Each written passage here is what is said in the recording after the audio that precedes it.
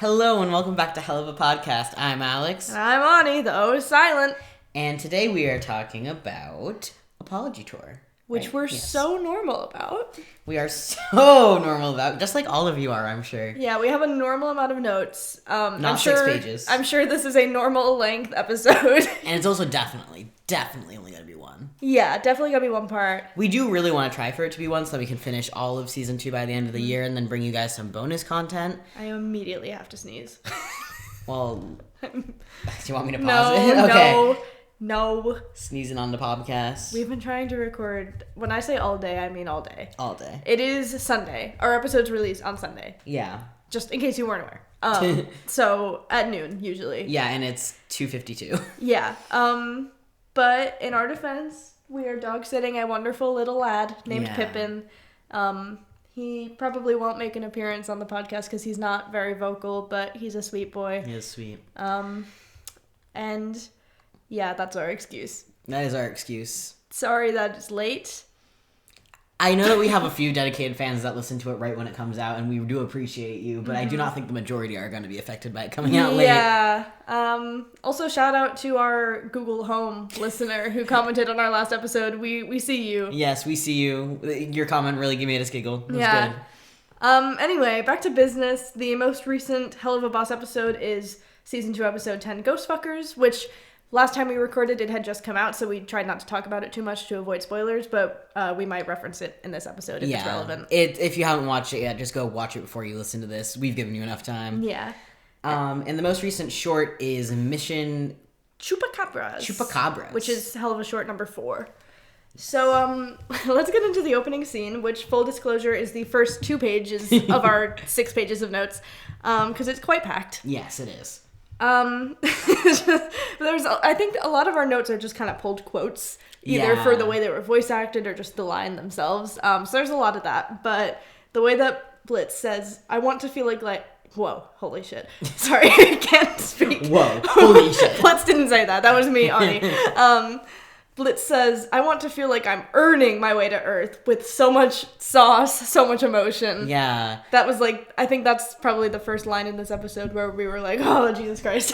Yeah, bro cannot just, accept help. No. Or, which is, interesting because it is accepting help to a degree, but also it's just, it's accepting a gift almost. Yeah. He's like, yeah, here is a gift so that you can traverse Earth freely. Yeah. Not attached to me. And Blitz is like, what the hell? I need to earn my keep. What the fuck do you mean? Yeah.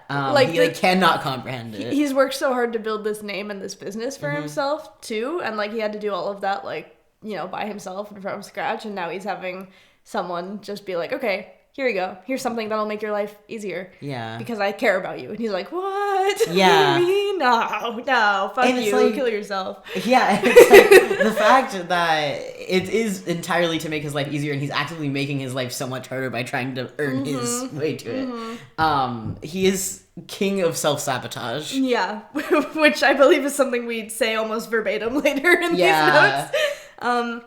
Yeah, and then this is an unrelated line, I think, a few beats of dialogue later, but still is in, the most deadpan, cunty-ass voice says, wow, poetry. Yeah, for reference in regards to something, sexual or that.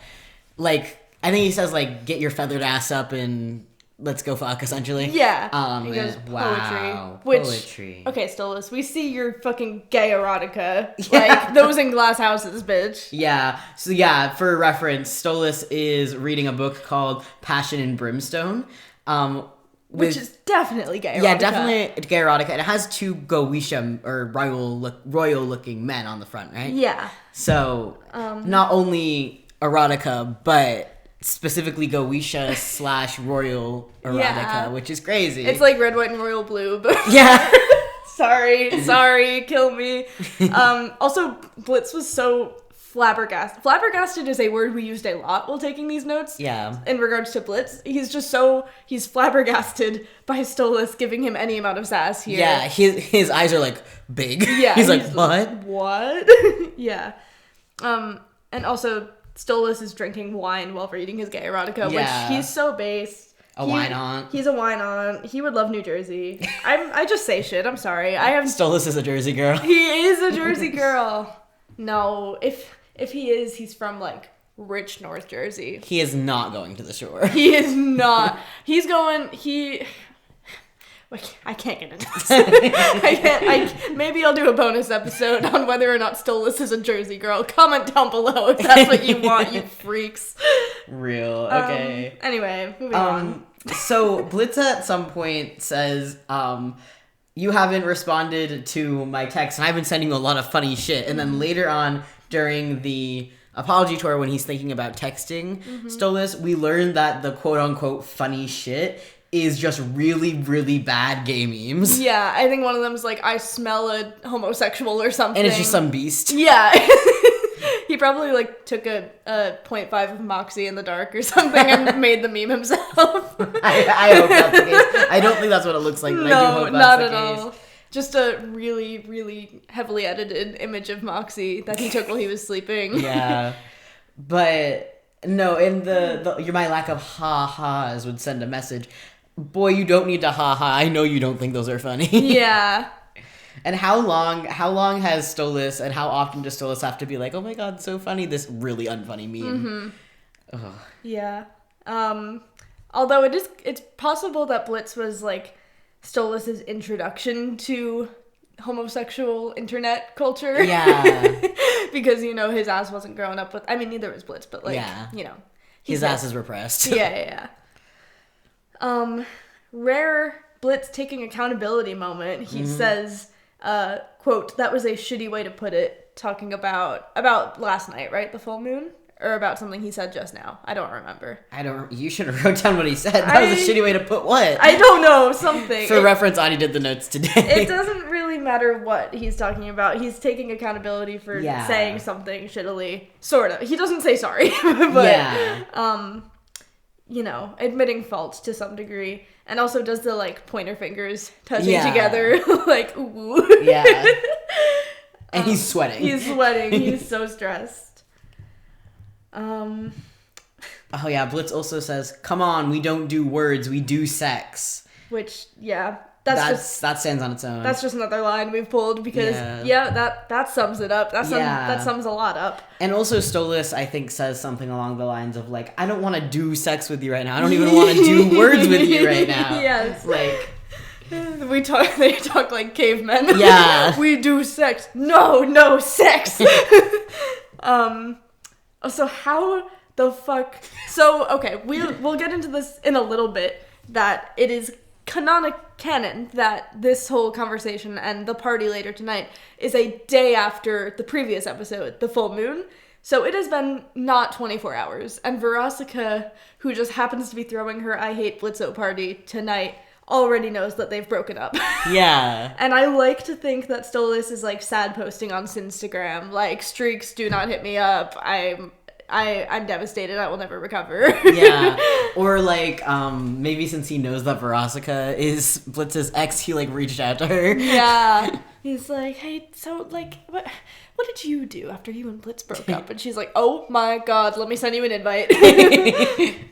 Or, like, I don't know, maybe she just knows. Maybe she's got a goon that's been listening. Yeah. Also, regarding the party, Stolas starts reading out the invitation, and the invitation says Blitzo, for obvious reasons. And Stolas reads it as Blitzo with the O. Yeah. Which, other than when they're kids, and that's the name that Blitz went by, that's the only time we've heard him call him that. And he is, like, reading from a piece of paper, but also, like, oh. No, that's fucked up. Charged. Yeah. Yikes. I hate Blitz-O party. Yeah. Hardo. Yeah. I know Stolas is, like, in the wrong a lot, but also he's serving so much cunt in this episode. And he's also being really mature about, like, not really mature, but, like, in this situation, Blitz is, like, freaking out, basically having the emotional regulation of a toddler, throwing a temper tantrum, screaming, and Stolas is just repeatedly setting a boundary.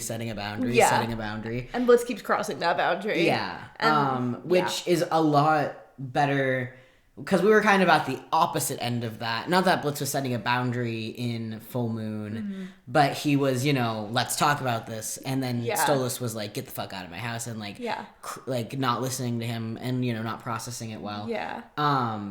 So to see this flip is really interesting to me. Yeah. Especially because, like, Stolas, like, I think he had a right to be, like, upset during the whole breakup in Full Moon because he's getting his feelings hurt. But then Blitz is raising these very valid concerns about their dynamic. And yeah, he is, like, screaming and being very angry and in a way that's hard to have a conversation with. But Stolas just dismisses him right away. But then here he's like, I'm setting a boundary, and is upset when Blitz doesn't respect that boundary. Yeah. So they're kind of both at fault for a lot here. But it is interesting to see Stolas, like, does bro have a therapist? Because these are some skills he's pulling out here. I wish I had these. These are skills that we've never seen this man use ever. Yeah. So it is interesting. I think you brought up that, like, because of the divorce, maybe he's been, like, in post-divorce counseling. Yeah. And then maybe, like, the stuff with Blitz came up between yesterday and today. Yeah. He had a session last night. Yeah. Or this morning. He does, like, a crisis line after Full Moon. He's like, I am going to kill myself. Yeah. He's like, I'm out of happy pills, but yeah. Oh yeah, he's also out of happy pills right now, isn't he? Oh yeah, in Full Moon he was out. Oh, that God. sucks. Oh bro. Bro in withdrawals and his breakup? and his situationship ended. Jeez, that's rough. Anti-Blitzo party.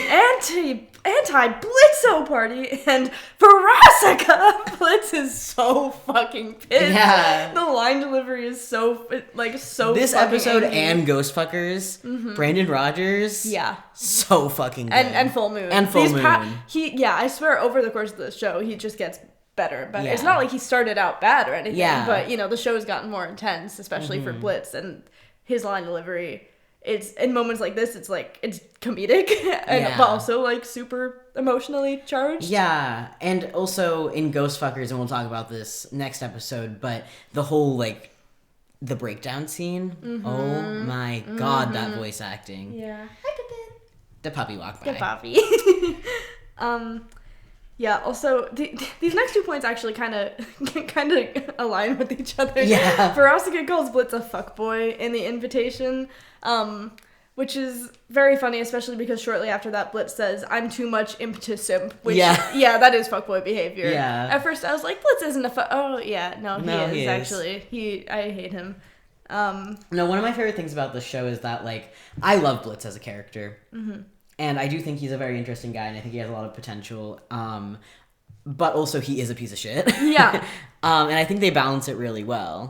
Because it's like, it makes sense why he's a piece of shit. Yeah. And, like, I don't hate him. Like, I understand him. Yeah. But also, I can objectively be like, wow, he sucks. Yeah. And I think these last few episodes, maybe not Ghostfuckers actually, in the beginning, have really done a good job at showing his, like, shittier side, too. Like, he is so shitty to everybody in this episode, except for at the end. Hello, everyone's shitty, we're in hell. Yeah. Yeah. The brothers, sorry. Yeah, which also going into that, the next note we have is Blitz says, everyone hates me for shitty reasons, which is like, careful buddy, your victim mindset is showing. Yeah, like, okay, everyone hates you for shitty reasons, but everyone hates you. I feel like maybe we should reflect. If everyone hates you, maybe there is a common denominator there. I just think maybe you should look into that. On the flip side, the way he mocks Stolas' British accent here is so fucking funny. Yeah. And so based, honestly. They're both being such assholes here. Yeah. And I respect them both immensely, even though they need to calm down. Yeah. Do you remember the line that he mocks? Because it was so fucking funny. I don't know. I can check real quick with captions on. Yeah. Silently watch. Cool. Okay. But it is really funny, the line delivery there. It's so good. And there's a part where I don't remember exactly what Blitz says, but we really should have put the lines. No, he said I remember Stolas.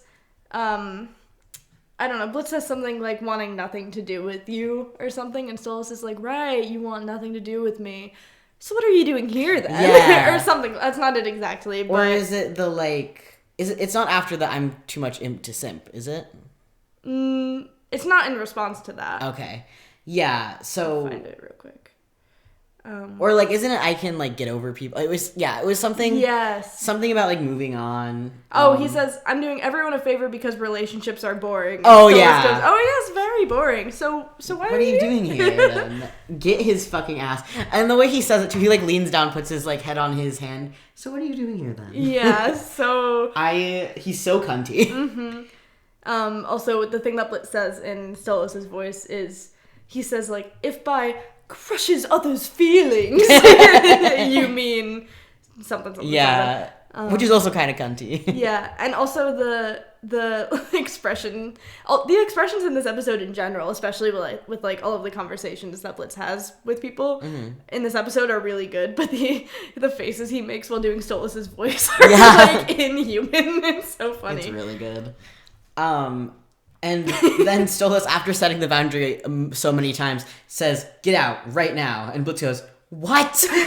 Yeah, like he voice crack. Yeah, genuinely cannot comprehend like the fact that someone is setting a boundary, or that Stolas specifically is setting about. He's like, "Are you?" Cannot fathom anything that slightly resembles healthy communication. Yeah, and it's not like he's angry. It's just. What? Yeah. Like, he's so flabbergasted. What the fuck do you mean, get out? We're in the middle of something here. Bro who is so not used to conflict resolution. Truly. So used to just the conflict. Truly. And then, Blitz says to Stolas, "You can't tell me this isn't a fantasy of yours. You want me to show your rich princey ass what a real fucking is." And as he says that, he's like crawling across the table and he shoves the Goetia erotica book off of the table. Mm-hmm. And that feels very deliberate and important because like he's actively in this moment calling out the sort of like class divide fetish thing that Stolas has. Yeah. And like pushing away this book that is, an erotica between two Goetias or two royals. Yeah. And it's like he's literally like calling him on his bullshit, like, fuck this stupid book.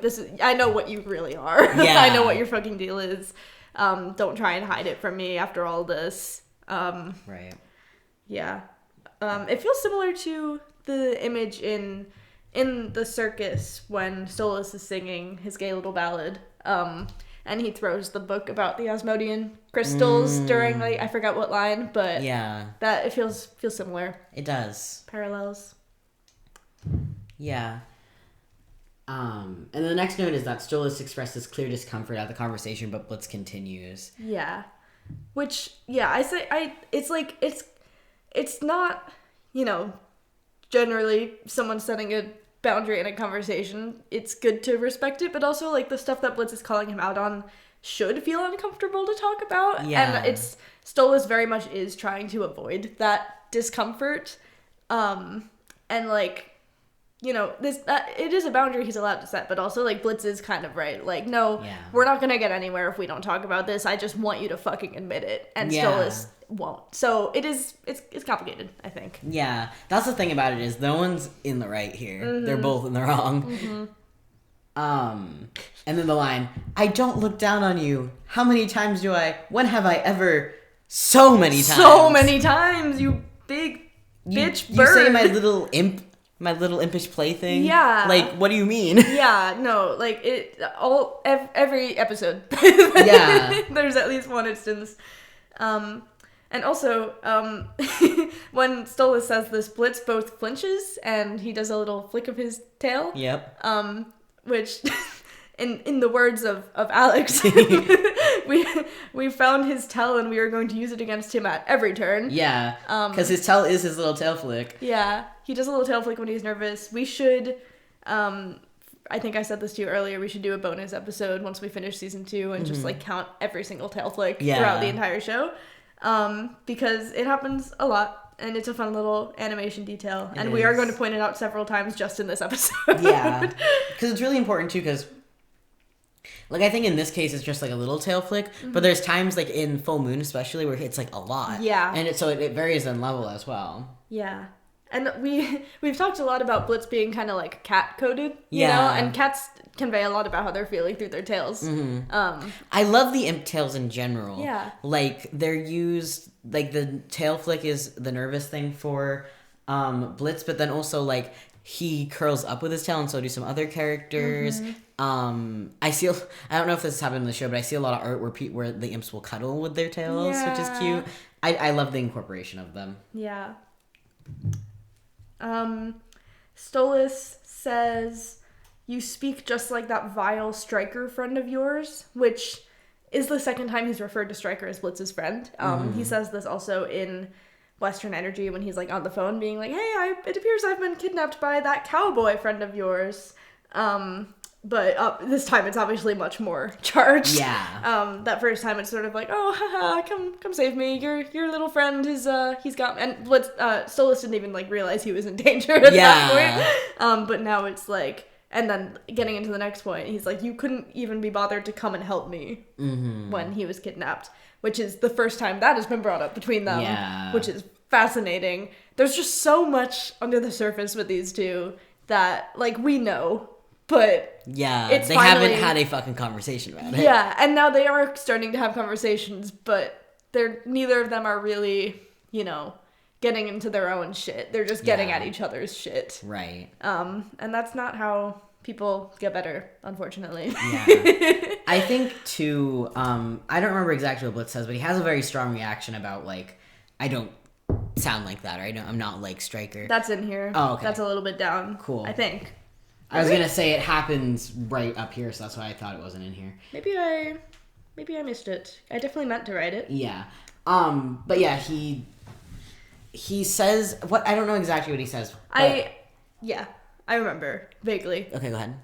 He says Blitz is like stammering a lot, and he starts to say like, "I don't sound like," and then he kind of looks uncertain, and then just like starts saying something else instead, and it's like he does think he sounds like him. Yeah, and it's like double-edged because it's like, does he sound like he sounds like him like with his thought processes, or is it like the whole "I'm not from Wrath" thing? Like, there's a lot there. Yeah. Microaggression, like. Yeah.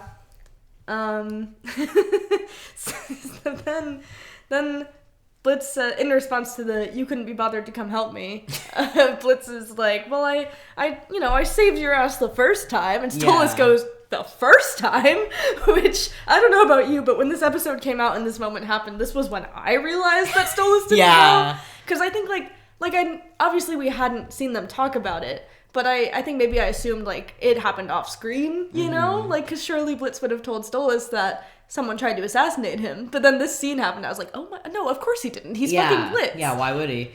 But then it's also, like, it's Blitz being Blitz.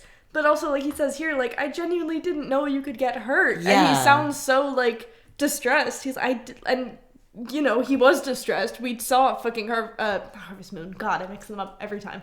Western Energy. Where he can get hurt. Like, bro is fucking, again, flabbergasted. Right. And so upset. Yeah, and also I think this line, too, is like it's like I don't sound like, well, and then he, like, stammers, and then he said, I stopped him the first time, didn't I? Mm-hmm. Like, that's the end of the stammering about Stryker. So if it's also loaded in that way as well. And then after he says the first time, what? Who said that? Yeah. Literally says, who said that? Who said that? Yeah, you literally see him go through the 5 fucking stages of grief. Bro is struggling. Bro is fighting for his life. I love how at first it doesn't seem like he even realizes. Stolas goes the first time, and Blitz goes, yeah, yeah. It's like, oh, yeah, you fucked up, buddy. Yeah. This is the first note where we've used the phrase "kills myself," and it is Stolas mockingly bowing to Blitz, which, that's it. That's it. You get it. The bowing as like a recurring thing is so fucked. It is. It really is. I love it. It's so fucked up. And then there's another instance of Blitz playing with Stolas' feelings regarding love and romance, because he's like, well, is this before or after he says the, like, what do you want me to say? This is before. Okay. Yeah. What exactly does he say that leads up to this? He says, he's like, Stolas, I've been listening to love ballads all morning, trying to blah, blah, blah, blah. and that was still the gayest shit I've ever heard. And, like, Stolas, like, leans in and stuff, right? Yeah, Stolas, like, looks like he's ready to, like, forgive him. Yeah, or at least hear him out. Yeah. Right? And it's so fun, because he literally did the same thing, you know, maybe by accident in Full Moon, where he was like, oh, Stolas must be joking, this is some crazy roleplay. Okay, oh, yeah, I'm in love with you. Like, that was, you know, accidental, sort of. Yeah. But this instance, he's literally, like, he knows how Stolas feels. Ah, God. And it's difficult, too, because that is just how Blitz interacts. Like, that's just the way he talks. But in this situation, it's entirely not appropriate.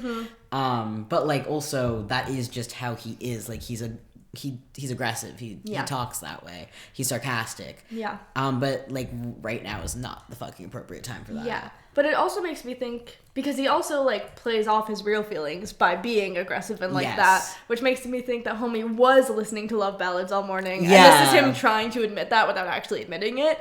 Because you're telling me his ass, he was probably listening to Veronica's breakup songs.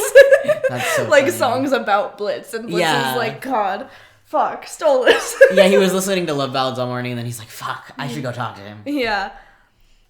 And then Stolas' line, do you feel any kind of remorse for what you do? Fucking killing myself. Sorry. We need to stop. But also... You need to stop. I haven't said it. I'm sorry. I'm trying my best.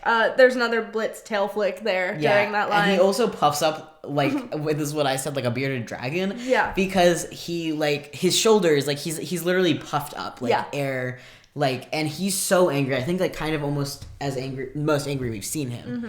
Like, his face is so contorted in anger. And he's spitting? Spitting as he talks. Oh, yes. Like, spit flying from his mouth. Yeah. With rage. And then this is the part where he's like, what do you want me to say? That I couldn't believe that someone like you could love me, and that I'm sorry, and blah, blah, blah. And then Stolas goes, well, yes. That. And then Blitz goes, well, fuck you. And why? You were so close, Blitz. You were so close. Stop self-sabotaging. And we were saying... when we were taking these notes, like, literally, if he had just stayed silent then, like, if he'd said all that, and Stolas goes, yes, that, and Blitz just didn't say anything else, like, he would have been golden. He didn't even have to say anything else. He could have just stayed silent, and Stolas would have been like, oh, Blitzy. Yeah. But no, he had to open his stupid mouth. Yeah. And the thing is, that's crazy, because he did admit his feelings, but then he felt the need to, like, push back and be like, well, fuck you, I didn't say that. Who said that? What? Who said that? And it's like... It sucks, too, because it's hard to watch, because it's like, you can tell that he does want to be close with Stolas and want to be vulnerable with him, but he just can't let himself. Yeah. And, you know, I think Ghostfuckers talks a lot more about that and why.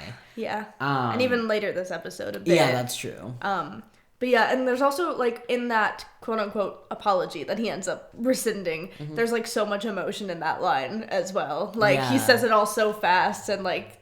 through tears, basically. Yeah, it's so genuine. So sincere. It's not just, like, him being sarcastic about it. Like, it's what do you want me to say?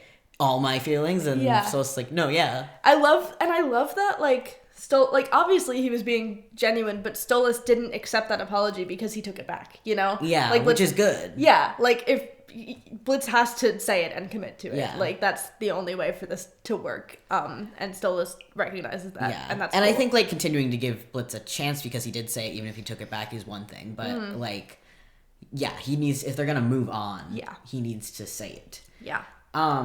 Also, what you compared this line to something else at one point. Oh, the video I showed you? Maybe? I don't know. Just where, someone, what was it? Oh, in... oh my god, Harvest Moon, when Moxie is, like, looking at Fine Striker's gun, and he's like, you do know that this can be used to, and Striker goes, kill demon royalty, and Moxie goes, yes, that. Yeah. Totally different context, but someone on YouTube made that comparison, and I thought it was funny. I can see if I can find it real quick and credit them. Yeah. I'll vamp. But the next part is Blitz goes, like, he's saying, I can apologize to people, and then he says, I started Fizz so hard he cried, which is a crazy flex. Crazy flex, bro. But also, what the fuck does Stolas think that's in reference to? Oz? Yeah. He's like, Blitz surely did not tell Stolas about anything to do with Fizz or that he fucking blew him up. No. All Stolas knows is, like, that you know, they had some tension at Ozzy's, but he doesn't necessarily know that Blitz did anything wrong. He just... Yeah, and also, like you were saying, the, from the perspective of Stolas, like, Fizz probably seemed like a fucking asshole at Ozzy's, and Stolas is probably like, oh, fuck, okay, of course it was Blitz's fault that he was like that. Yeah. Like, everything coming together. But it is way more complicated than that, obviously, and to be clear, Blitz didn't, like, actually, like, blow Fizz up. Yeah. We're gonna say it like that. Yeah. I found the video. Chances are you've seen it already because it has 246,000 views, which I don't know. I guess it probably had that many last time I watched it, but I didn't realize that. But it was posted by Saint Purple Skull. That's ST Purple Skull, all one word, on YouTube. Shout out to them. It made me giggle. To him. He got pronouns in bio. But yeah. Oh, I got just closed out of the freaking notes. Okay. But the last note of the opening scene is Blitz saying everyone but you in regards to the apologies. Yeah. So fucked up. So fucked up. But then he redeems himself in the eyes of the viewer when we are about to see that he very much does want to apologize to Stolas. It's only him. And he does say that later to Stolas. Yeah. But no, that's so fucked up being like, yeah, I'm gonna apologize to everyone but you because you're the one who needs the apology. Fuck you. Yeah. Fuck you. That's so mean and like so hurtful. Yeah. And then when he does properly apologize, which we'll get to, but like Stolas is drunk, you know? Like, it's not like he's in a space to really properly process that or talk about it. Yeah. And that itself feels like, I don't know. I wonder if Blitz would have had the courage to say everything he says at the party later if Stolas was not drunk and inebriated, you know? And also alcohol is a whole thing in this episode, which we'll get to. Yeah. But I do wonder that. Our next section is a very little brief section on just the apology tour montage. First of all, Martha from Murder Family, which is the mom that they fucking kill, Blitz goes to her house to apologize, and she is having sex with the client from Murder Family, who, like, you know, ordered the hit on her. So fucking based. Yeah. That rules, honestly. It does. Like, a fun little full circle moment, and very silly, but also, fuck yeah, good for them. I also like that they tied it up. Yeah. Like, this show does have a lot of problems sometimes with not tying things up, or even taking things further than they need to. Like, that's how I'm feeling about the fucking cherubs right now. Yeah. But this was, like, a really good way, because it was like, yeah, this is what they're doing right now. They're both in hell. They are fucking. Yeah. And that's all we needed. Yeah. It's like 10 seconds. That's all we need. Yeah. It's funny. It works in the context of this episode. Yeah. Like, yeah. And I just really good writing standpoint there. Yeah. And then all the gift baskets are cheese and hot sauce, which is really good. Yeah. Brandon Rogers' real life reference. Yeah. Yeah. And then again, we kind of already got into this, but Blitz starts Blitz starts writing an apology text to Stolas multiple times throughout this montage. But he keeps just deleting it and giving up.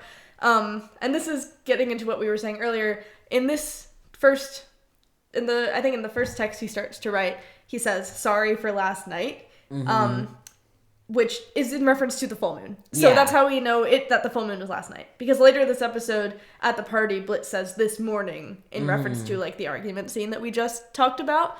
So he's definitely talking about the full moon here. It has not even been 24 hours since they broke up. And they are this fucking insane. Broke up, yeah. You need to have a relationship for that. And, well, we didn't have one, and now we never will. Yep. Ghostfuckers reference. LOL. So, yeah, that's fun. Fun timeline stuff. And then the fucking... So, this apology is packed because it's all the people from the sitcom that Blitz was on in Seeing Stars that died from the water bottle explosion are, like... They all died. Yeah. In the water bottle explosion. Yeah. And Blitz leaves a basket for their corpses. Was that though? I don't think that's true. No.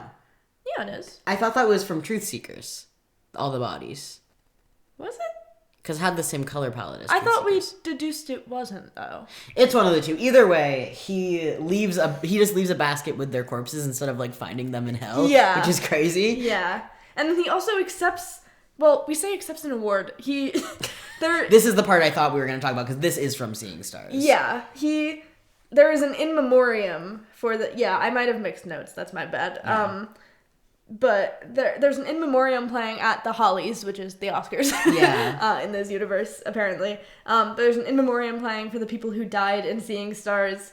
And there's not even an award, like, being presented, because it's the fucking in memoriam. But Blitz goes on stage and, like, bows, doesn't give an apology. No. And he's dressed up all fancy. In a dress, like a ball gown. Yeah, so, like, he thinks he's here to accept an award. And maybe he is here to accept an award, but this is not the time. No, and this is also not an apology. No. So I don't know why it's crazy that's there. It's wild. Yeah, if he got an award for that episode, that probably never aired also. Yeah. That's crazy. But also, maybe he's bowing for the good hit. Maybe. I don't know, man. He's an idiot. He's an idiot. He's just crazy. Yeah. And that brings us into the Halloween party. Woohoo. Yeah, the before the song part of the Halloween party. Yeah. Don't worry, we will get into the song. Do not worry. Yeah, so this episode is set on Halloween, meaning the full moon is set the day before, so October 30th. So then Ghostfuckers, it's established in that episode that it's over a month after the breakup. Mm-hmm. So Ghostfuckers, even though it is like a Halloween episode, it doesn't take place on Halloween. This one does. And Ghostfuckers is probably in December because it's over a month after this. Yeah. So that's fun. I'm assuming Sin's Miss, which is the last episode of this season, will be on Christmas. Yeah. So very, very like condensed. You know, a lot of stuff happening. A lot of stuff happening in pretty close like succession in universe. Yeah. Which is interesting because it's not always clear if that's the case or not. Yeah. And when Blitz rolls up to this party, there are these two, like, it's on Earth, to be clear. Yeah, and he has to ask for directions. So he's not at the party yet. Right. Yeah. And there are two human guys, one in a demon costume that looks sort of like Blitz. Yeah, I think it has, like, a similar outfit as well. Mm-hmm. Like, it's definitely meant to mirror Blitz. Yeah, and then he's with another guy who's in a clown costume, which maybe that's just, like, a general circus reference. Maybe it's meant to be Fizz. It doesn't really look like anyone. It doesn't look like Fizz. Yeah. It just looks like a clown. But it's interesting. Yeah. That's got to be deliberate to some extent. But it might not actually mean anything. It's just a little nod, maybe. Just another thing to make Blitz's day fucking worse. Yeah. Yeah. And then her next note is, Veronica, I love you. I love you. The way she comes up to Stolas and says, how you doing, baby? You holding up okay? Like, that's so sweet. The fact that she throws this party, and we learned this a little bit later, but the fact that she throws this party to make everyone who Blitz is fucked over feel better is just so sweet. Yeah, even, like, right before she shows up here, Stolas says, this isn't an exact quote, but he's like, why are we spending this important day on such pettiness? Yeah.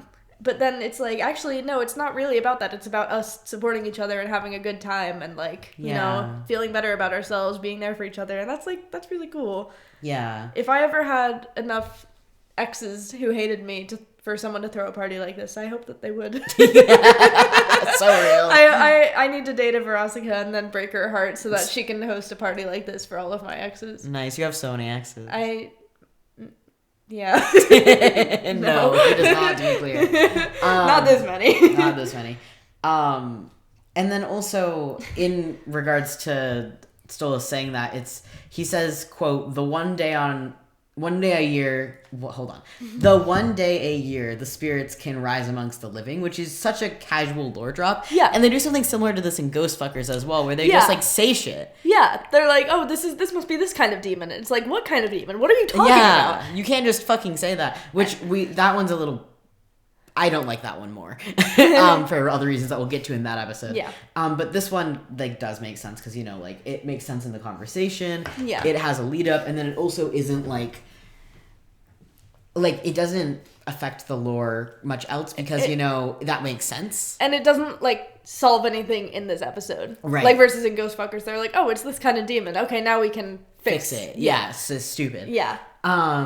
But also, like, this is basically just confirming that, like, the earthly, like, tradition or, like, mindset that is what Halloween is true in this universe. Yeah. So it's also not that far-fetched, because that's, like, a real-life thing as well. Yeah, but it's also interesting because, that spirits is used to refer to people, or like, you know.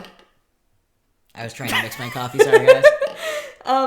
Spirits refers to like demons and people from like hell, maybe heaven too, I don't know. Yeah. But in Ghostfuckers, it is made explicitly clear that ghosts do not exist in this universe. Like all dead people are either in heaven or hell, or dead beyond that maybe. So the fact that Stolas uses the word spirits here is interesting.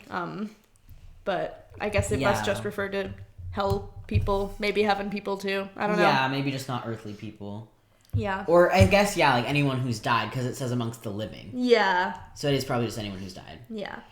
And then the next thing is they got top surgery scars and nipple tape at the function for multiple people too. Like there's multiple people with top surgery scars in their design, and then a bunch of nipple tape on some like flat chests and like boobs. Yeah, which is nice. It's cool. I do think that maybe the nipple tape is just because of YouTube. Yeah, maybe, but I do like the design. Yeah. With little X's. I wore nipple tape to a party recently. It's fun. Yeah, and Pokemon Band-Aids. And Pokemon Band-Aids, yes. Yeah, also, okay, why the fuck is Dennis here? So Dennis, y'all remember Dennis? The guy that Blitz makes out with in Queen Bee, and he's like, oh shit, you would be a Dennis. Why the fuck is he here? They aren't exes. Unless some shit happened off screen that we didn't see, but that seems unlikely. The craziest part would be if, because Blitz used to party with that group. Yeah. If something had happened way before. Oh shit. Yeah, and then he didn't remember. Yeah. But Dennis didn't seem fazed when he asked his name. Yeah. So that's probably not true, but that would be good. I would like that.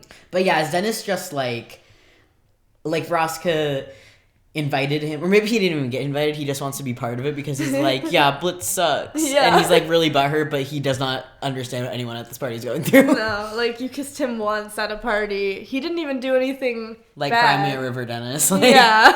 Shut the fuck up, Dennis. Yeah. But then, yeah, also everyone at the party hates Dennis. Yeah. Because Blitz pulls the tablecloth off the table, spills all the drinks to use it as a disguise. Which blood-covered blanket. Yeah. Nice one, Blitz. Yeah. And which that does mirror his fucking skin as well, which is really interesting. But yeah, and then he says Dennis did it, or he like points to him or whatever. Yeah. And everyone goes, way to go, Dennis. You fucking, everyone hates you, like says something like that. At the supportive party, everyone's like, oh, fuck you, Dennis. You know you don't belong here, man. Which is really good, I think. Yeah. Okay. The song. Just first off, general statement, this song fucking rules.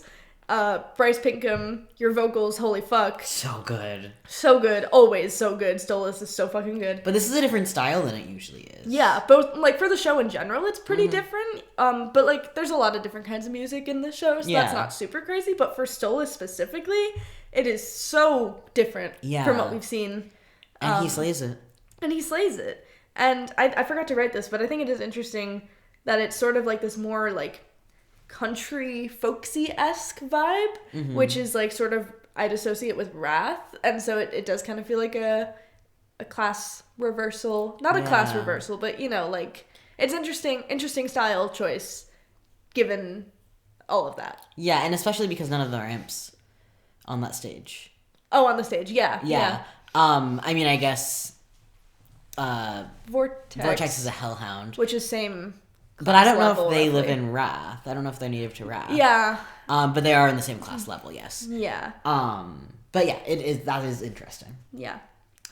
And then Blitz pushes past people to get to the front row, which first of all, rude as hell. Second of all, bold as hell. Bold as hell. You're at the anti-Blitzo party. You are Blitzo. Yeah, and also, like, he does a lot of stuff, and this infuriated me during this episode that he kept screaming, and everyone definitely, like, did no one look up? Like, no, did they not know what he sounds like? Yeah. They all dated him. Yeah. And we'll get to, like, why it works for Vraska and Stolas, later on, but everyone else, like, they were all throwing darts at him, stabbing his dick in the cake, like... Yeah.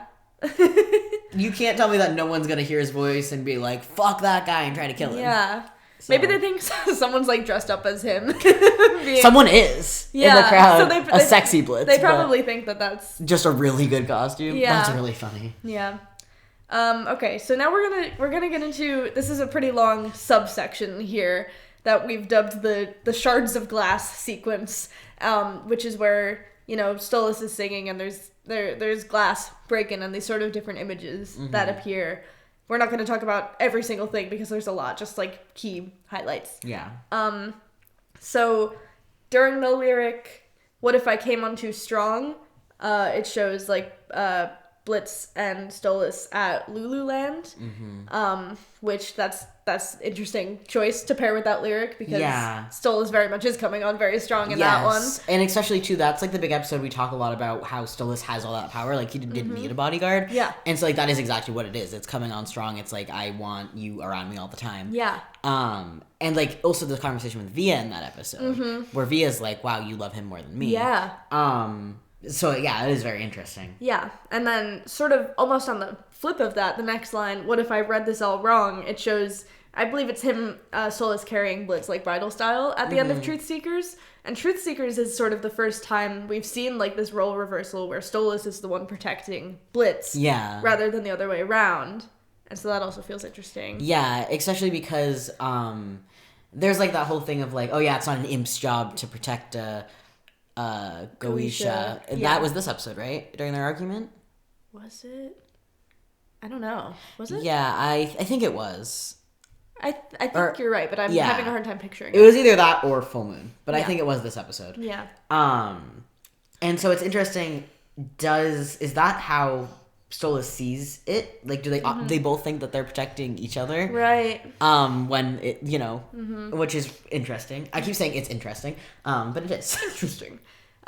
Next point, not as analysis heavy, but we see in this sequence two separate instances of which one of them is it? Stolas and both of them wearing the collar? Yeah, Stolas wearing a like kink collar, but two different ones. Yeah, and there's two different instances, and we know one is from Harvest Moon, like the very start, where you know they very clearly just had sex. Yeah. But the other one is not something we've seen, and there's some other things in this sequence that we'll get into that are moments that we have not seen in the show. Yeah. So it's interesting. It's interesting. Everything is interesting, obviously. But yeah, they also both have, or I guess Blitz doesn't have hair. Stolas has sex hair. Yeah. I think also, isn't there, and you might have already said this, but there is one where Stolas is like laying back and it's very clear they've just had sex, like the sex hair. I don't know if that's one of the ones with the collar. Yeah. But Blitz is like actively, like while Stolas is still laying down, Blitz is getting up, putting his shoes on, putting his coat on. Oh, yeah. Which I feel like is really telling. Like he's getting up, are they fucking and just leaving? But then there's another one that kind of contradicts that later. Yeah. Which I think you did write down, so. Yeah. Okay, this is the one that I drew physically in the notebook. Mm-hmm. And I couldn't put that in our notes or the podcast, so I don't know how to describe it. Yeah. But Blitz makes a ridiculous face, sticking his tongue out with like his eyes like shining. Yeah, it's like the cute emoji with the little dots in the eyes. Yeah. Ooh, kind of vibe. Yeah. With his tongue out. Do you want to get the notebook and I can try to describe it? Sure. And I'll vamp while you do that. I just kind of forget what it looks like. And so, oh yeah, the next one is interesting too. Stolas holding Blitz's face with Moxie in the background, and both Blitz and Moxie look upset. So like including Moxie in here is really interesting. Yeah. One moment. So we have the notebook. The face, it is hard to describe. I think we described it the best we can. Yeah. It is like the cute eyes, the tongue. But like, what does that mean? Yeah, there have been a few times throughout the show we've seen Blitz with these like shining eyes and sometimes looking like sad. I think like way back in Murder Family, there's like a moment where he steps through the portal and he makes this sad face that's sort of similar, and we've talked about that and like what happened? Yeah. And this doesn't look sad necessarily. No, because he's sticking his little tongue out. He's just being silly and goofy. Maybe they gave him some catnip or something. Yeah, or maybe it's meant to be like, oh, he's so silly and goofy because he feels safe with me kind of thing. I don't know. Yeah. Like from Stolas' point of view. Yeah. Then we've got little Blitz and Stolas in the chandelier scene. Yeah. Which definitely doesn't hit different after Full Moon with the chandelier being covered. No, not at all. Not at all. LOL. the hands from Ozzy's didn't even explain that. Just wrote the hands from Ozzy's, and we know what that means. Yeah, y'all know. We're crazy. Yeah. The car after Ozzy's, again, you know.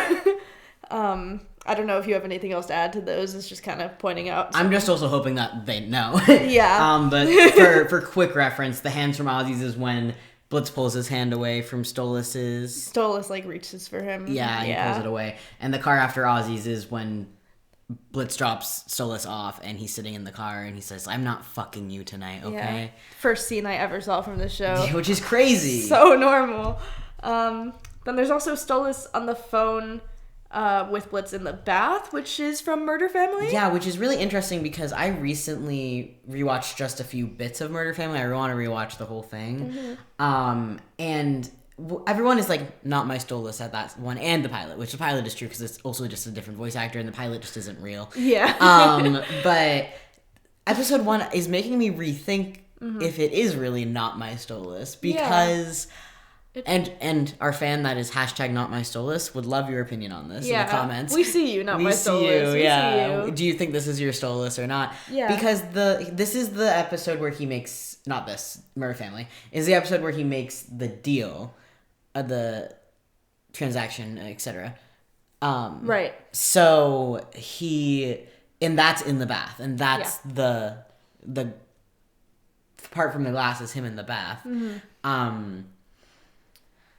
And so, like, I don't know. I don't know exactly what it says. Yeah, it's interesting though. It does feel self-reflective. This whole sequence, it's interesting because it's a lot of, like, you know, Blitz seeming like he doesn't care and like being indifferent, and Stolas like misreading the situation, or like Blitz being an asshole. But then there are things like this where it's like self-reflective of like, maybe I was shitty. Yeah. But he also doesn't seem like he's there yet mentally. Right. Like he's not really acknowledging that or admitting it or even thinking about it at all. Like, you know, the 2 times now that Blitz has brought it up, Stolas does not want to talk about it. But he is at this point in this song kind of being like, maybe it's not just his fault though. Yeah. Because like, especially because in this, with Vraska and Vortex, they're like trying to be like, no, he's a motherfucker. Yeah. Fuck him. Like, it's not your fault. Yeah. But then Stolas is still like, no, he does suck, but I think it's double-sided, which is important. Yeah. I think also it's worth mentioning that during this sequence, the lyric being repeated over and over is "What if?" Yeah, Stolas singing "What if?" Which, by the way, in order to take these notes, I have an extension on my laptop. I think maybe we mentioned this. I have an extension on my laptop that lets me slow down videos all the way to 0.1 times speed. Yeah, and that is what we did for the sequence. So it took it literally frame by frame. But then we also watched it on 0.5 times speed. And hearing this lyric over and over very slowly is what if? Yeah. Just wanted to say that because it's silly. It's really funny.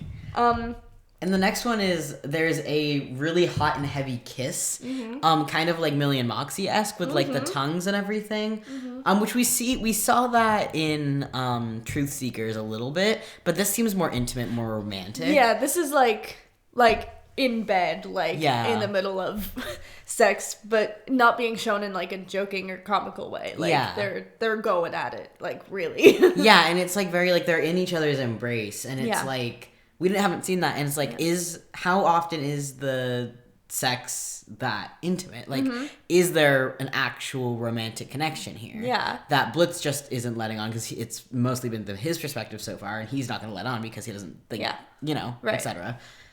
Yeah.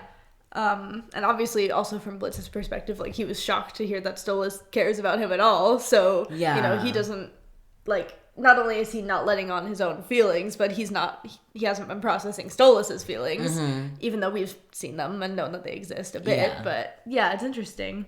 And then there's also like I think this is sort of what we were getting into before with the kinky collars. Like either the morning after or right after sex, there's like Blitz is like naked, so clearly they've just fucked, and he's just scrolling on his phone, looking like disconnected, disinterested. Like, he's not, like, they're not cuddling. There's no aftercare here. Yeah, there's nothing. Yeah, he's just, like, and it's, like, are they connecting during sex, or is, like, the sex a kind of thing where Blitz is, like, okay, that happened, and now I need to go on my phone to disassociate real quick, you know? Yeah.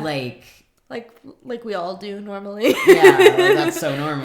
Like, I want to know or is he, like, he's like okay with the intimacy in sex, but he doesn't want to, like, the aftercare stuff feels too intimate or too you know, I guess intimate is the word. Yeah, I think maybe, like, the intimacy of sex, like, doesn't count in his brain, because it's like, oh, I'm just being good at sex, I'm just doing what I'm supposed to do, I'm, you know, earning my keep. I'm performing well. Yeah Guy who wasn't a child performer, guy who doesn't have performer trauma. No, totally. And then there's also several, this is the last note in this sequence, there are several images of just Blitz's eye, which is interesting. Yeah. Because we don't really get close-ups like that in the show much. No, and I think there's also one of Stolas's eye, but there's, like, multiple of Blitz's. Yeah, and it's like, why? Yeah, eyes are a very symbolic thing, you know, like, window to the soul kind of thing. Yeah. And there's one where he looks, like, upset, right? Like, sad. Yeah. So it's interesting. Like, in the Windows Soul way. Yeah. It's like, what are those eyes saying? And Stolas is clearly thinking about that, I think. Yeah. Yeah. This is out of the sequence, but still within the song.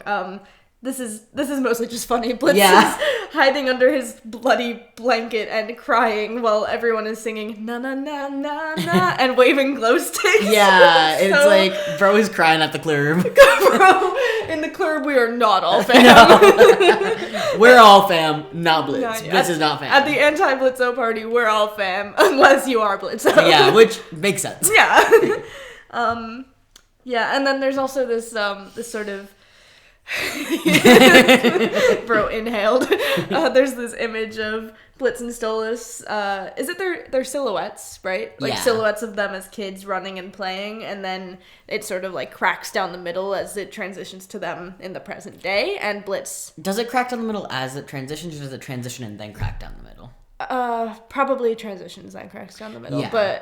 But regardless, yeah, it transitions into them older, holding hands, and then they walk away from each other. Blitz walks away, specifically. Yeah. Yeah. And then Stolas finishes his little song. Bro has 2 gay little ballads. Yeah. 3? Does the duet count? No. I also don't know that this is necessarily a ballad. No, sort of a rock ballad. Yeah, it kind of counts. Yeah. But yeah, he finishes singing and he, like, smiles and, like, you know, sort of thanks the audience. Thank you for your time. Yeah, such a fucking dork. And smiles, like, I think it probably relieved something for him, but then he does look sad again, like, as he turns away from the audience. So I think it one is, like, an emotional release, and then also having these people, like, cheering and supporting him, like, is nice, but then, like, the moment's just kind of over as soon as it started, because he still has to live in that reality. Right. Yeah. And then the convo. The Blitz and Stolas convo. Conversation for those who aren't up to date on their modern slang. Stolas has drank a lot of alcohol, even for him. We've never seen him this. To be fair, I don't know that we've seen him like hungover and like after being drunk. I don't think we've ever seen him drunk. Yeah, I feel like he definitely got more drunk than he is right now when we see him before Owl in a cage, because he's fucked up. Yeah, and he's on the ground. Yeah, but that's like morning after. Yeah, we've never actually seen him drunk. We've seen him drink like absinthe, but we didn't see that like hit him. You know, he didn't appear drunk at least. And he spit it out. Yes. Which, speaking Next of... point, yeah. Glug, glug, glug. Which he does in this scene, or this episode. Yeah, he sees Blitz, or Blitz comes over to him at the party. Glug, glug, glug, spit. Same thing that happens when they reconvene in the 25 years later scene in the circus episode. Which is fun. I love parallels. The show's very good at parallels. Yeah. If nothing else, Helluva Boss parallels, you will always be famous. True, yeah. And then Blitz is really concerned about Stolas' drinking, and he says, quote, "Never seen you throw him back like this." Yeah. And Blitz has obviously seen Stolas drink before, like, he's had wine around him, and I feel like most of the time he has, like, wine around him and things like that. He's seen him drink absinthe. Yeah. But I don't know that he's ever seen him drink. I mean, probably. He probably drinks while they do stuff. Yeah. Would be my guess. Yeah. But we've talked, and I'm not going to get too much into this, but we've talked a lot about Blitz's alcoholism and how that's, you know, presented, and I do think he's probably sober again. Yeah. But obviously we saw a lot in Queen Bee. Yeah. But then Stolas obviously also has a drinking problem, Yeah. even if he's more functional. Yeah.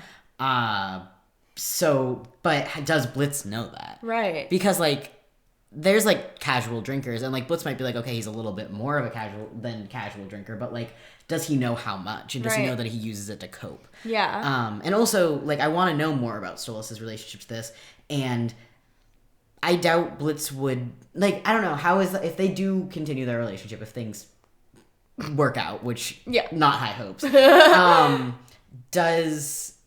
is Blitz going to be able to be around Stolas if he drinks like that? Yeah, no, I think it is something that, like, I don't think they realize it, or maybe Blitz is starting to realize it here because he does seem genuinely concerned. Mm-hmm. But, like, this is another thing that they're going to have to actually discuss in order to move forward. Or they will move forward and then it'll probably end up being an even bigger issue if it goes unaddressed. I think also Blitz's concern here is interesting. Sorry, I keep noticing how much we say interesting now. Interesting. Intriguing. No, but, like, obviously, Stolas is very drunk, and, you know, that alone is quite concerning in and of itself. But also, I wonder if, like, the reason why Blitz is especially concerned is because he feels responsible for it. Because, you know, Stolas is getting drunk off his ass at the anti-Blitzo party after breaking up with Blitzo. Real. I think also, this is another voice acting moment, too. Where it's, like, it's so genuine. It's not like, oh my god, I've never seen you throw him back. It's like, oh, I've never seen you throw him back like that. Yeah. Like, very, like, concerned. Yeah, and Stolas gets defensive because he thinks Blitz is, like, making a dig at him. Yeah. He's like, oh, whatever, like, blah, blah, blah. Are you seriously judging me right now? Yeah. But, yeah. And also, I have a feeling that Stolas probably gets defensive about his drinking a lot. Yeah. Because if people see him drinking like that, they're going to be like, hey, what the fuck? Yeah, and I'm curious if Blitz recognizes that at all. Probably, because he does the same thing. Yeah. We see that in Queen Bee, actually. Yeah. But no, it's kind of double-edged because it's like, yeah, he probably does feel responsible, and there's a whole thing with that in his, like, well, he feels responsible for everything, and so he definitely feels responsible for this, etc., etc. But then also, he's struggled with this, and he's recognizing a symptom, or a sign, I guess. And so he's like... Whoa. Yeah. Yeah. Like,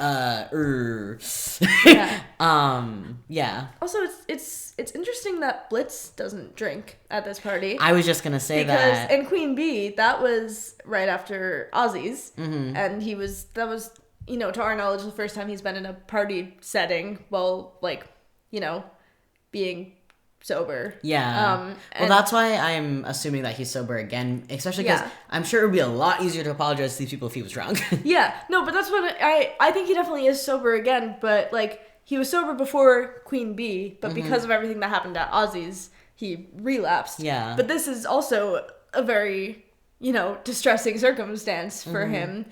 So I think it's important to note that he, you know, doesn't relapse here. And also in Ghostfuckers, he is coping by watching weird porn and by eating ice cream. Yeah. He's not drinking. No, he's not which is drinking. Also important. Yeah, I think it probably comes back to his dad, I feel like, because, like, you know, I don't think it comes out of any sense of, like, self-preservation.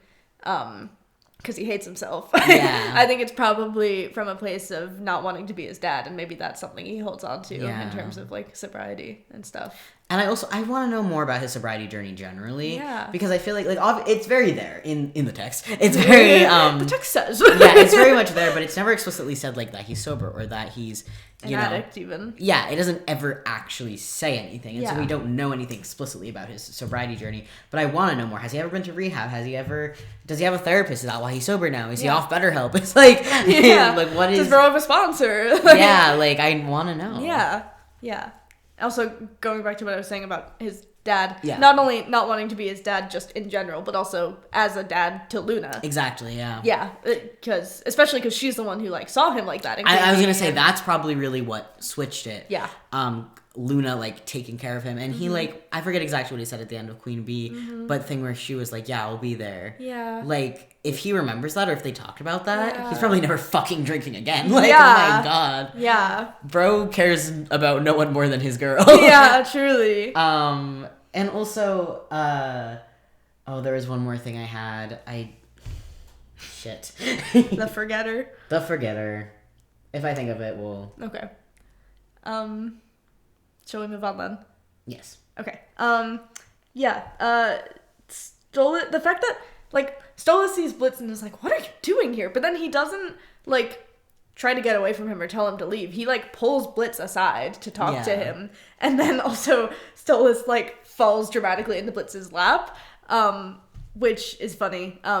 And kind of sweet because, him being so drunk right now is concerning, but also he's being, like, very endearingly earnest. Yeah.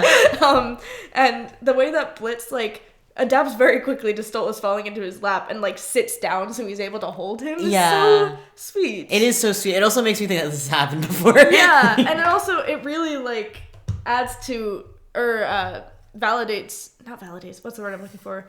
It, like, the concern feels a lot more genuine because I don't know what I'm trying to say, but it's both a place of, like, caring and also, like, worry. It feels kind of like both. And, actions speak louder than words. I feel like this scene really shows their dynamic. Like, they fall into each other physically, which you can have a situationship where you don't have a relationship at all. You're not catching them. You're not on each other's beat. Like, this is... I don't want to say this is love because they're kind of horrible for each other. But they do make each other worse. However. Yes, but they, they fall into each other. They have, like, a rhythm to each other that we haven't seen. Yeah, and I really wish we'd seen more of it before now. Well, I do think it is interesting to wait till now because we've only had really Blitz's perspective. We've had a little bit of Stolas's, but now that it's all hitting the fan, having it now is really interesting. Yeah, it does feel like the implication is that this is how they've been. And I think that I like that because, like, honestly, I've seen a lot of fan critiques about this, about how, like, who the fuck care, like, it doesn't seem like they actually give a shit about each other. Yeah. And now it is starting, I mean, Stolas has always clearly cared about Blitz, even though he kind of sucks at showing it. Right. And being normal. And now, like, it is more clear that they do both like each other and care about each other, but I do wish there was a little bit more from Blitz's perspective before now. But on the flip side, I do think it's interesting that we're sort of learning it when it's too late. Yeah. I think it could be either way. Yeah, I think it does depend a bit where they go next, but I think even just, like, one or two... Bless you, Pippin. The puppy sneezes. So sneezy. Even just, like, one or two little scenes, like, in season 1 that showed Blitz caring a bit more. Yeah. But, he shows that he cares in other ways. Like, he didn't have to be his bodyguard at Lululand. He didn't have to invite him to Ozzy's. There are things there. So, maybe not. Yeah. I think that's interesting, too, because that's something we talked about a lot in season 1 is, like, Blitz shows love in a very strange way because he's traumatized as fuck. Yes. And this, I think, is also, like, I think there's a lot of talk online and also just a lot of times where even us, we've been like, why the fuck is Stolas still with him other than, like, first gay love? But, like, if this is how they are behind closed doors, then no fucking wonder, because there is something there. Yeah. And he's just been waiting and waiting for Blitz to get his shit together. Yeah. And he just hasn't. Yeah. But, maybe he will. Yeah. Or maybe this will be the end. Like, it's interesting, too, because we don't know which way it will go. It might be too late, and that would be a really interesting plot way to go with it. Yeah. Also, just going back to them falling, or Stolas falling into Blitz's arms, it's similar to how Stolas carried Blitz bridal style in Truth Seekers, which is that role flip that we were just talking about, what Stolas thinks is happening. Yeah. So that's really interesting. Yeah. Moving on, Stolas being a dramatic drunk makes so much fucking sense. Yeah. He is the drama, but also this is such a reversal of, reversal is another word we use a lot, but to be fair, it's applicable. But their argument from this morning where, Blitz was, very emotionally irregulated, whereas Stolas was at least trying to be mature and like set boundaries and stuff. This is a reversal where now Stolas is drunk off his ass and like being, you know, a bit obnoxious, whereas Blitz is trying to like keep them on track and be like, okay, listen, I want to talk to you. Like, he's being mature. Yeah. Certainly for Blitz. Right, yeah, definitely. Definitely for Blitz. And he's like, it's very genuine, like Blitz, you know, being genuinely concerned and actually trying to apologize. Yeah. But like you were saying earlier, it is interesting. Would he have had this confidence if Stolas were also being mature? Yeah. Like, could he match the maturity? Yeah, and that is really gonna be the make and I it or think break it maybe, moment. like, I think after Stolas was mature and Blitz freaked the fuck out and then had a minute to regulate after, because he just was really dysregulated. Yeah. But then he's had a moment to regulate, and then he is being mature, but Stolas isn't. I think maybe if they come together, they both have their independent moments. Yeah. They might be able to talk. But we'll see. They get like a what's the word for like a person who A mediator? A mediator, yeah. Moxie. All right, so Moxie would fucking love that. Yeah. So, Blitz and Stolas. Sir, it is Stolas' time to talk. He has the talking stick. Shut the fuck up, Moxie! There's also that meme where Ozzy brings in Charlie. Charlie, yes. Fizz is like, whoa, that seems a little bit intense. Ozzy's like, no, it's the only way. And they bring them to the Hasman Hotel. Yeah. They tie him up. Yeah. But yeah, you go ahead. And then also, another tail flick in which, or during, Blitz tries to like help, Stolas kind of like falls over, and Blitz helps him up, and also his tail does a little flick, again, worried about him. I'm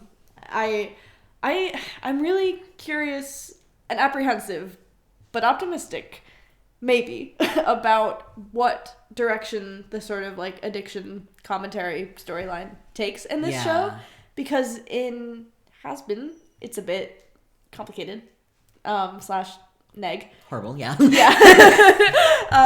But I say complicated because there is less content there, but that's not excusing it. It is guy who is good. Totally not studying specifically mental illness and like addiction and shit in media at college. Guy who's so normal. Yeah. Yeah. So with that gives me a bit of reason for concern, but so far I do think it's, I mean, I don't know that there's been anything concerning in Helluva yet, other than that they haven't like named it. Yeah, or said but what it is, but that's not bad necessarily. And no, it's not. If it's handled right, it is not inherently bad. Yeah. Because sometimes naming it can be bad. If you're just doing it for like education's purpose, and being like didactic about it, or doing it for a laugh even. Yeah. Which would be a lot worse. Yeah, for sure. And also, this is just a small tangent. As we have said, and I don't know if this is 100% true, but this is my theory, this show is heavily influenced by BoJack Horseman. Oh, yeah. We've definitely said this. Yes, but that having an addiction commentary would be really interesting because that's like the whole fucking show. Yeah. I think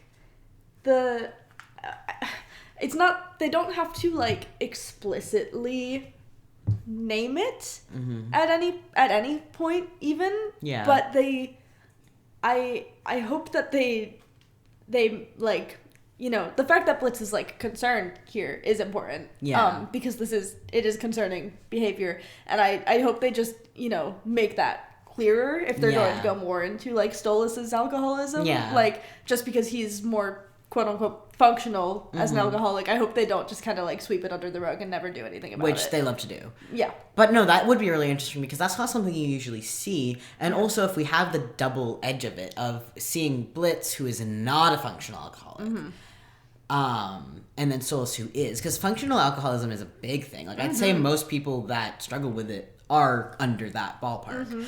Don't quote me on that. I don't know the statistics for sure, but that would just be my guess. I would also assume the same because, you know, it's more likely that you wouldn't realize you have a problem if you're a functional alcoholic. Yeah. So that's probably a hard statistic to even get. Yeah.